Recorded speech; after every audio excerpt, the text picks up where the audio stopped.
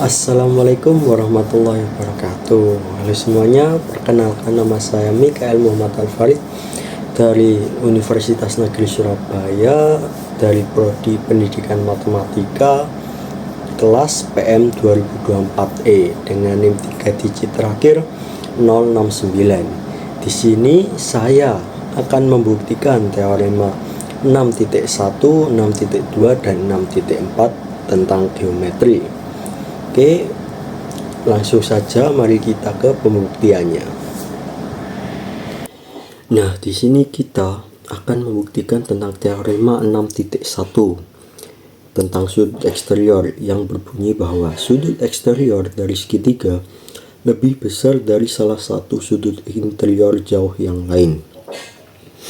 Nah, di sini kita diketahui bahwa terdapat segitiga ABC dan eksterior BCD. Nah, segitiga ABC yang ini ABC, segitiga ABC, dan sudut eksterior BCD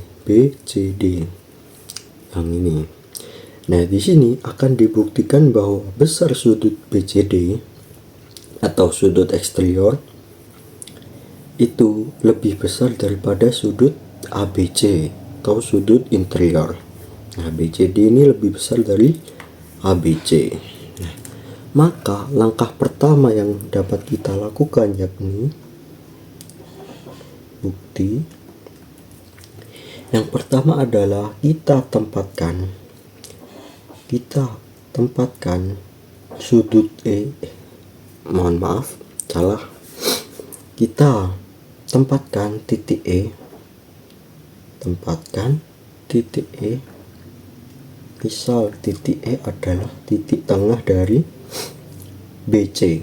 Nah, titik tengah dari BC. Alasannya adalah karena setiap ruas garis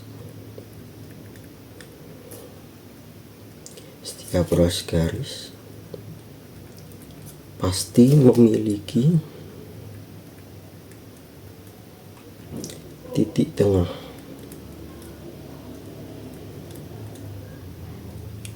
Nah, maka otomatis besar sudut BE dan CE itu kongruen. Maka besar sudut BE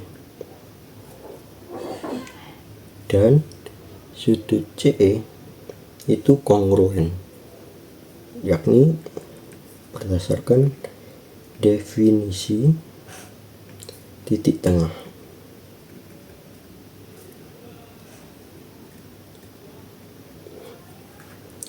Lalu langkah selanjutnya yakni kita akan menempatkan titik F sedemikian sehingga bahwa AE itu kongruen dengan sudut FE.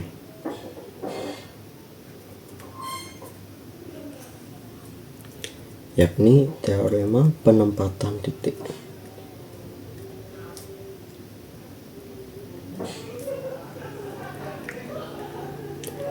Lalu kita tandai bahwa ini AE dan FE itu kongruen. Lalu yang selanjutnya dari sini kita ketahui bahwa besar sudut BEA itu kongruen dengan sudut CEA karena bertolak belakang.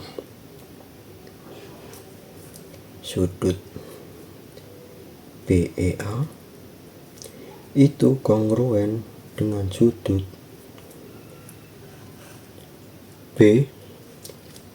CEA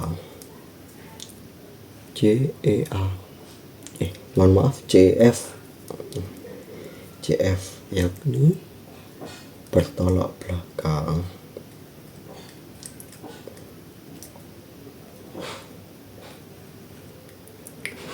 Lalu berdasarkan teorema sisi sudut sisi dapat kita ambil simpul bahwa segitiga BEA kongruen dengan segitiga CEF karena berdasarkan teorema sisi sudut sisi. Lalu akibat dari teorema sisi sudut sisi, maka besar sudut atau sudut ABC itu kongruen dengan sudut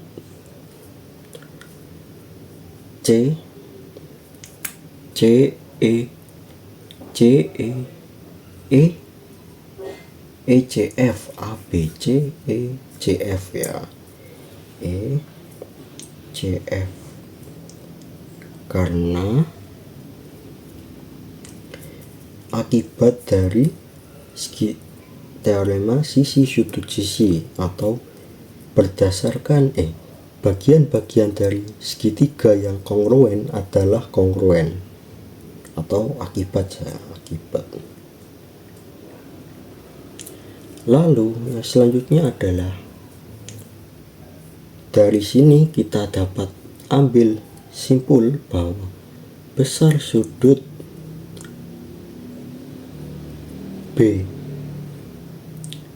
BCD itu sama dengan besar sudut ECF ditambah besar sudut dari FCD ya, berdasarkan penjumlahan.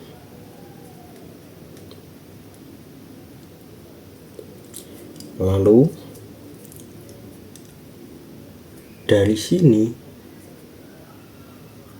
karena sudut ECF itu kongruen dengan sudut ABC, maka besar sudut BCD itu sama dengan besar sudut ABC ditambah besar sudut FCD karena akibat dari teorema sisi sudut sisi, sehingga besar sudut ABC kongruen dengan sudut ECF, kongruensi.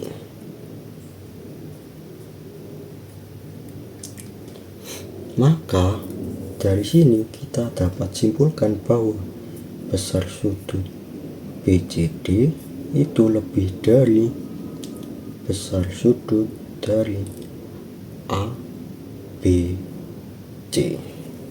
Nah, di sini terbukti bahwa besar sudut BCD itu lebih besar dari ABC.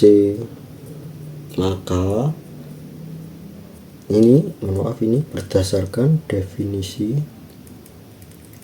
dari A lebih besar dari B, di mana jika A itu sama dengan B ditambah C, di mana C juga merupakan bilangan bulat positif, maka dapat disimpulkan bahwa A atau besar sudut BCD itu lebih besar dari sudut ABC. Maka pernyataan ini terbukti. Sekian, semoga mari ketemu di sekian. Mari kita lanjutkan ke teorema 6.2. Oke, selanjutnya kita akan membuktikan teorema 6.2, yakni yang berbunyi bahwa diketahui kesesuaian antara dua segitiga jika dua sudut dan sisi di depan salah satunya dalam sebuah segitiga kongruen dengan bagian-bagian yang bersesuaian segitiga kedua, maka kesesuaian itu merupakan kongruensi.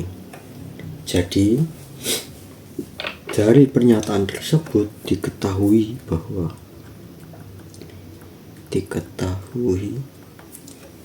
bahwa kita misalkan salah satu sisi kongruen, yakni sisi AC kongruen dengan sisi DF. Maka ketahui AC kongruen dengan DF. Lalu jika dua sudut, maka dua sudut tersebut kongruen. Misalkan sudut A kongruen dengan sudut D, sudut A kongruen dengan sudut D, dan sudut B kongruen dengan sudut E. Sudut B kongruen dengan sudut E. Maka akan dibuktikan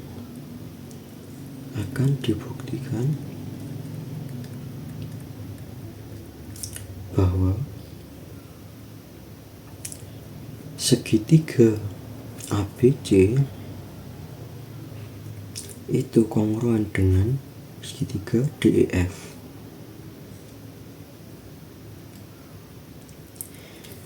Maka untuk membuktikannya akan lebih mudah bahwa kita menggunakan teorema sudut sisi sudut. Karena di sini belum diketahui dan susah, maka jika misalkan DE kongruen dengan AB, maka itu dapat mempermudah dengan menggunakan teorema sudut sisi sudut, bahwa kita juga akan membuktikan bahwa AB itu kongruen dengan DE.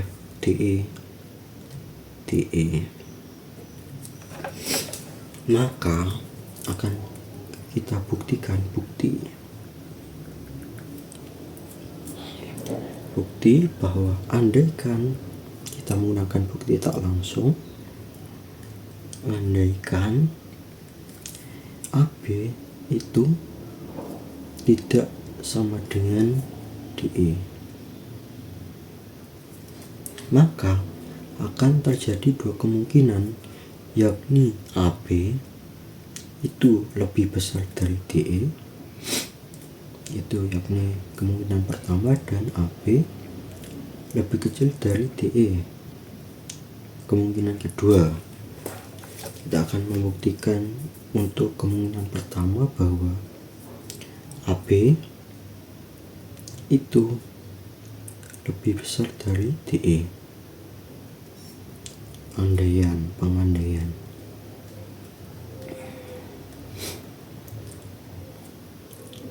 Pengandaian. Karena diketahui bahwa AB lebih besar dari DE, otomatis AB itu tidak sama dengan DE. Nah, kita pilih suatu titik, misalkan kita pilih titik B, pilih titik P, sedemikian sehingga bahwa AB itu sama dengan DE, yakni penempatan titik.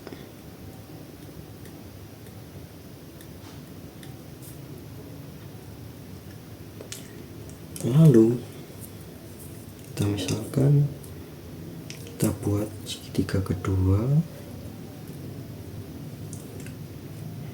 di sini B, A, C. Kita misalkan B di sini. Maka karena kita milih titik P sedemikian sehingga bahwa AB kongruen dengan DE, maka di sini kita dapat untuk mengaitkan dengan teorema sisi sudut sisi, sehingga segitiga, kita tarik garis saja, segitiga ABC itu kongruen dengan segitiga DEF. DEF karena teorema sisi sudut sisi.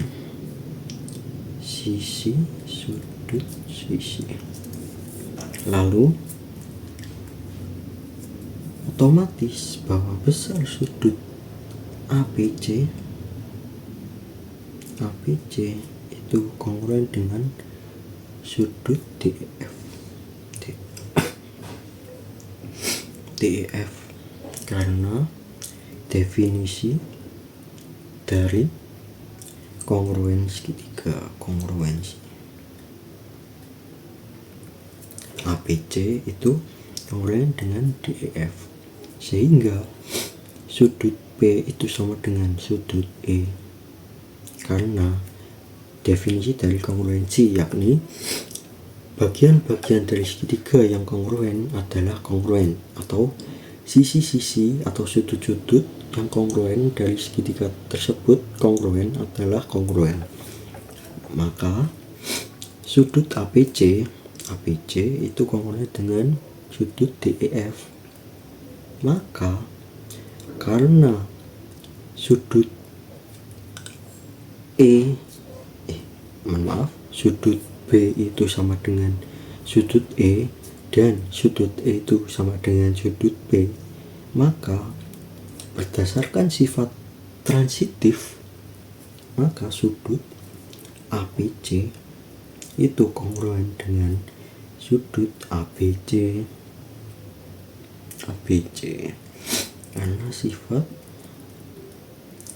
transitif.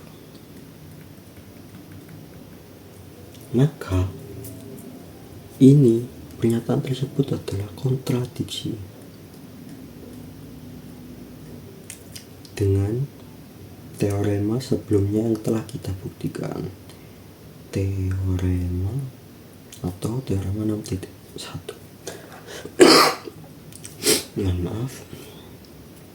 Di mana sudut eksterior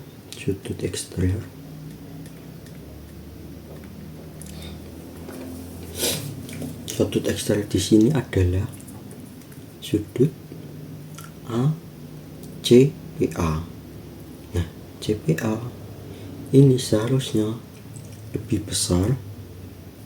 CPA ini harus lebih besar dari sudut ABC, sudut interior, sudut ABC. Karena pengandaian ini salah, maka AB itu bukan lebih dari DE. Maka penggunaan pertama ini salah. Lalu kita akan membuktikan kemungkinan kedua, yakni AB itu lebih kecil dari DE. AB itu lebih kecil dari DE.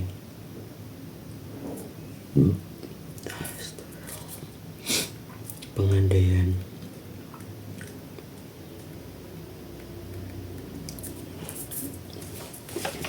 Oke. Lalu hampir sama karena AB itu kurang dari DE, maka kita gambarkan, ilustrasikan saja agar lebih mudah.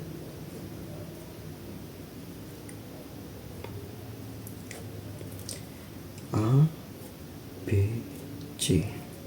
Sini kongruen AD dan B, C, D, F, terus B itu dengan E.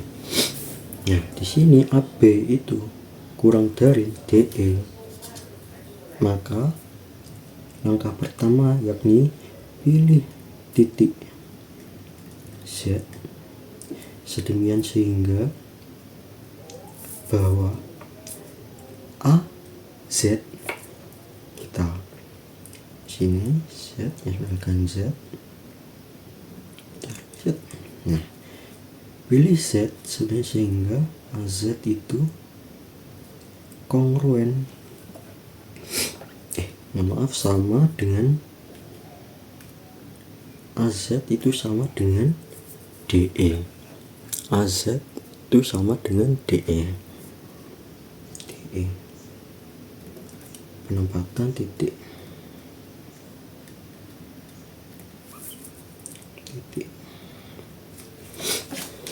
Lalu karena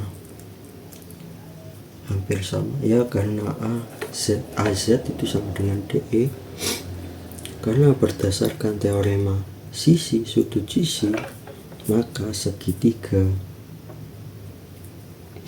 AZC itu kongruen dengan segitiga DEF,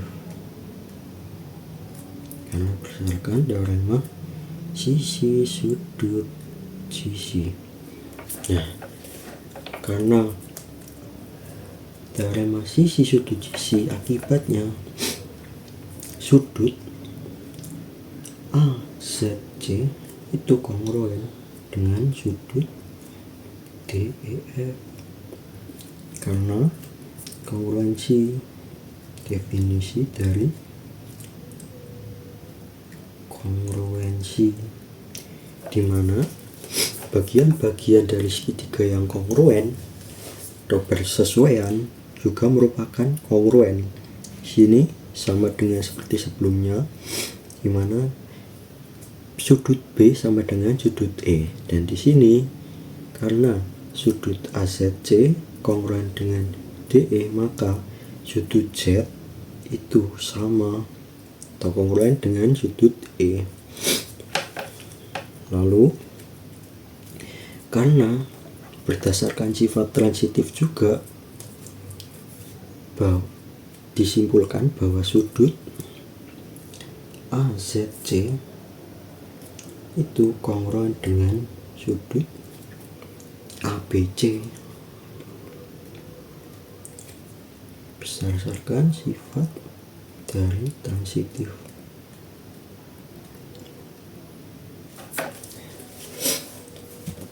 Nah, hal ini juga kontradiksi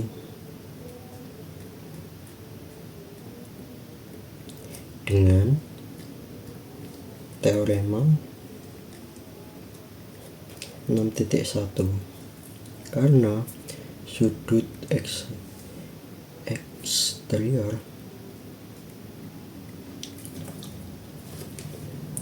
itu harus lebih besar, atau sudut eksterior, sudut CBA itu harus lebih besar dari sudut ABC. Karena di sini buktikan bahwa sudut tersebut adalah kongruen, maka ini kontradiksi. Maka pengandaian ini salah. Pengandaian ini salah. Maka AB itu tidak kurang dari DE. Karena dari sini telah kita buktikan bahwa kemungkinan pertama dan kemungkinan kedua dari pengandaian ini salah, maka ruas garis dari AB itu kongruen dengan DE.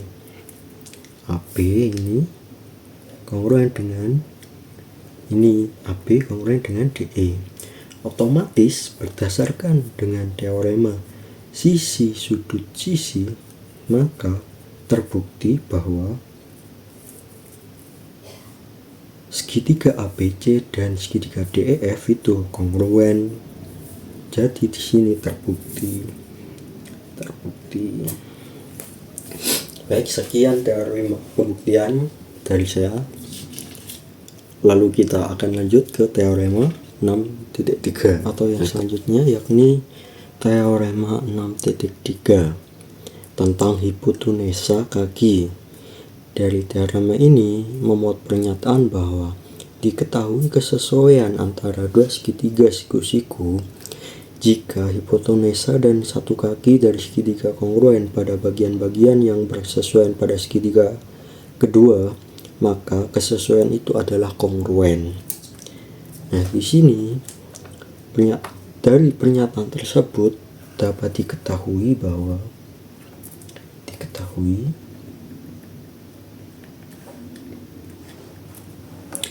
bahwa hipotenusanya yakni kongruen. KL itu kongruen dengan XY. Ketahui plus garis KL itu kongruen dengan plus garis XY. Lalu dan satu kaki dari segitiga kongruen, maka pilih salah satu kaki, kita pilih LM dan ini, maka LM garis LM itu kongruen dengan YZ garis YZ, maka akan dibuktikan bahwa segitiga KLM itu kongruen dengan segitiga XYZ. Lalu kita akan membuktikannya. Bukti langkah yang pertama yakni kita akan memilih titik A. Pilih A pada sinar yang berlawanan dari ZX. Nah, sinar berlawanan berarti di sini. Sedemikian sehingga bahwa AZ itu kongruen, sinar AZ itu kongruen dengan sinar AZ kongruen dengan sinar XZ. Maka dari sini ini A, titik A.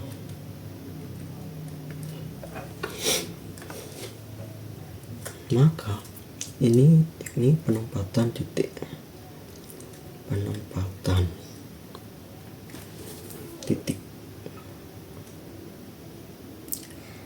lalu sudut ZY ZA ini merupakan siku-siku. Sudut YZA merupakan siku-siku berdasarkan teorema 3.8, yakni yang memuat pernyataan bahwa ketika dua garis berlawanan dan salah satu sudutnya membentuk siku-siku, maka 4 sudut tersebut juga siku-siku. Jika ini diperpanjang, maka sudut ini siku-siku, ini dan ini. Keempat sudutnya siku-siku. Lalu karena sudut YZA ini siku-siku, maka sudut YZA ini kongruen dengan YZA, ini kongruen dengan LMK. Nah, dengan LMK berdasarkan dengan definisi kongruensi. Lalu dari pernyataan ini kita kasih simbol YZA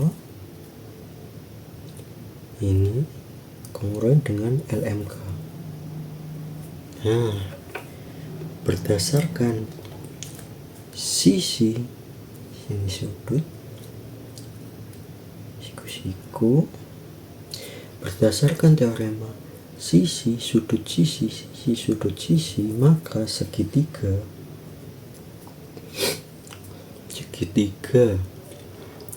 KLM itu kongruen dengan segitiga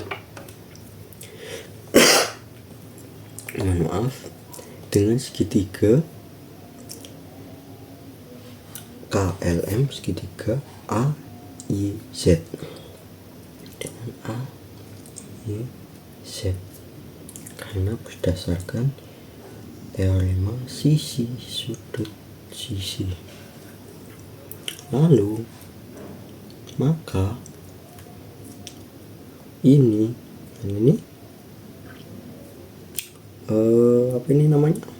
maka karena segitiga KLM dan segitiga XYZ itu kongruen, maka KL ini kongruen dengan AY, kongruen dengan ini. Karena saya tulis dulu, sudut KL atau sudut AY itu kongruen dengan sudut KL, karena definisi dari segitiga kongruen, di mana sisi-sisi yang bersesuaian itu dari segitiga kongruen adalah kongruen. Maka sudut AY ini sama dengan sudut XY, AY sama dengan sudut XY, AY ini sama kongruen dengan sudut AY dan XY, karena berdasarkan sifat transitif, dimana karena AY ini kongruen dengan KL dan KL kongruen dengan XY, maka KL ini AY ini kongruen dengan XY. Lalu sudut ini, sudut X ini kongruen dengan sudut A. Sudut X ini kongruen dengan sudut Y, sudut A, karena teorema dari segitiga sama kaki, di mana sudut di depan sisi kaki yakni sama besar, maka akibatnya bahwa segitiga AYZ ini kongruen dengan segitiga XYZ. Segitiga AYZ ini kongruen dengan segitiga XYZ.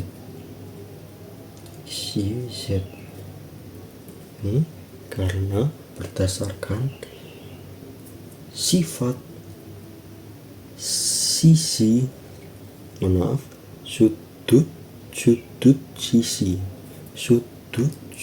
sisi, karena berdasarkan teorema sebelumnya kita telah membuktikan bahwa teori dapat menggunakan sifat teorema sudut sisi, karena sudut sisi. Maka dari ini kita dapat memperoleh dua pernyataan tentang segitiga. 1, 2. Dari pernyataan ini kita dapat simpulkan bahwa segitiga KLM itu kongruen dengan segitiga XYZ karena sifat transitif. Karena di sini kita telah mendapatkan bahwa KLM ini kongruen dengan AYZ, dan AYZ ini kongruen dengan XYZ. Maka KLM ini kongruen dengan XYZ. Maka pernyataan ini telah terbukti.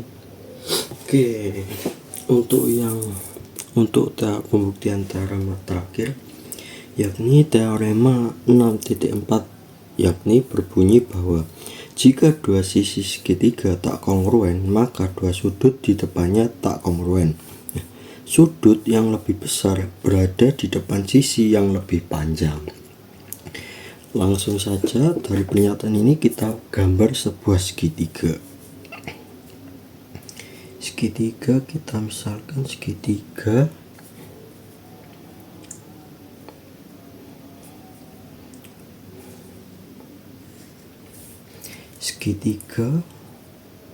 KLM. Nah, di sini dari teorema 6.4 disebutkan bahwa sudut yang lebih besar berada di depan sisi yang lebih panjang. Nah, sisi yang lebih panjang kita ketahui di sini bahwa sisi KL lebih besar dari sisi LM. Nah, di sini diketahui bahwa sudut KL itu lebih besar dari LM. Nah, di sini akan dibuktikan bahwa dari pernyataan ini sudut yang lebih besar berada di depan sisi yang lebih panjang. Jadi sudut ini sudut yang lebih besar berada di depan sisi yang lebih panjang. Nah, dari segitiga ini sisi yang paling panjang adalah sisi KL, di mana di depan sisi KL terdapat sudut M, dan di depan sudut LM yang lebih kecil di depannya terdapat sudut K. Nah, di sini akan dibuktikan bahwa besar sudut LMN, sudut yang terbesar, sudut LMK itu lebih besar dari besar sudut LKM. Nah, maka langkah yang dapat kita lakukan yakni bukti. Yang pertama kita pilih titik A pada ruas garis sinar garis LM, sedemikian sehingga LA itu sama dengan LK, yakni penempatan titik.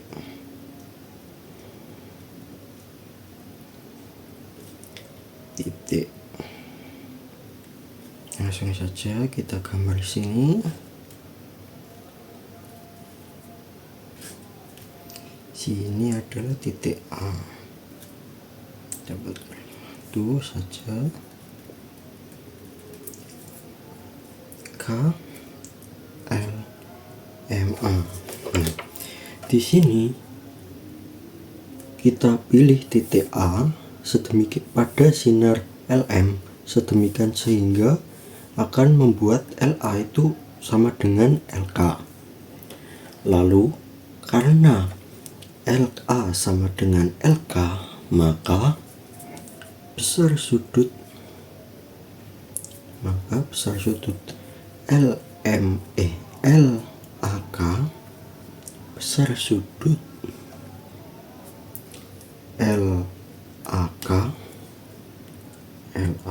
itu sama dengan besar sudut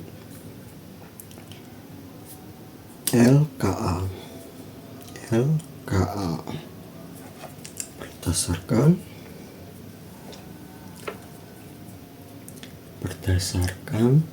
teorema segitiga sama kaki, di mana teorema segitiga sama kaki kurang lebih pernyataan tersebut adalah di depan sisi-sisi yang kongruen, besar sudutnya juga kongruen. Depan sisi LK dan LA itu sama, sehingga sudut K dan sudut A itu sama pada teorema segitiga sama kaki. Lalu karena LAK, besar sudut LAK sama dengan besar sudut LKA, maka LA ini sama dengan, kita substitusikan dari sini, maka LA itu lebih besar dari LM. Benar kan? LA sini lebih besar dari LM karena kita substitusikan.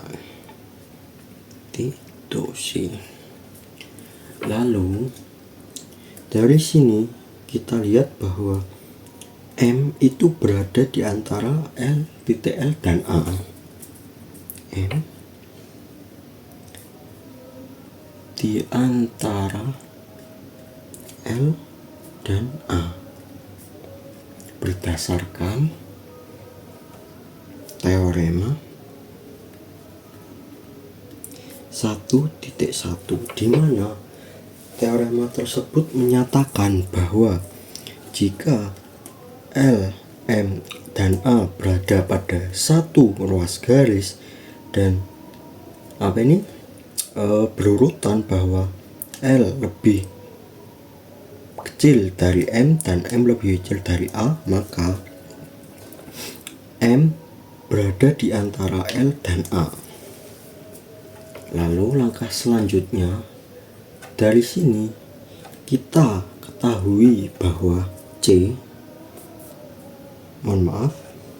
dari sini kita ketahui bahwa M itu terletak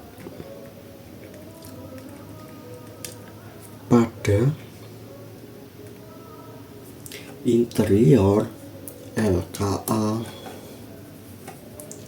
M berada interior LKA pada interior sudut LKA. Nah, ini LKA ini kan sudut yang aslinya. Lalu LKA ini sudut interiornya. Lalu dari sini kita ketahui bahwa LKA ini adalah besar sudutnya adalah dari LKM ditambah MKA. LKM besar sudut LKA itu besar sudut LKA itu sama dengan besar sudut LKM ditambah besar sudut MKA. Nah, ini berdasarkan penjumlahan sudut. Lalu dari sini kita ketahui bahwa LKA ini lebih besar dari LKM.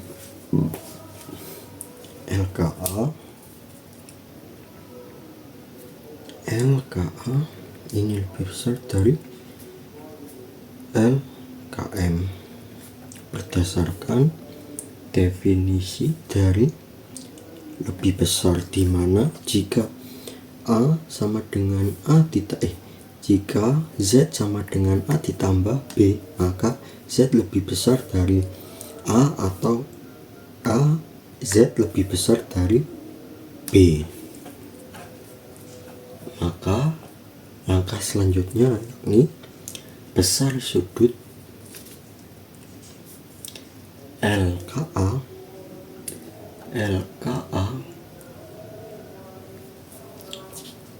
mohon maaf, jadi besar sudut LAK ini lebih besar dari LKM berdasarkan substitusi, di mana kita ketahui bahwa LKA ini sama dengan LAK dari sebelumnya. Dengarkan substitusi. Lalu yang kedua, besar sudut LMK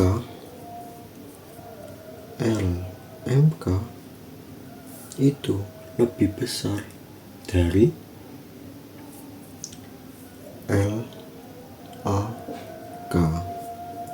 Di sini besar sudut LAK ya berdasarkan teorema 6.1 yang sebelumnya kita sudah buktikan, yakni tentang sudut eksterior, di mana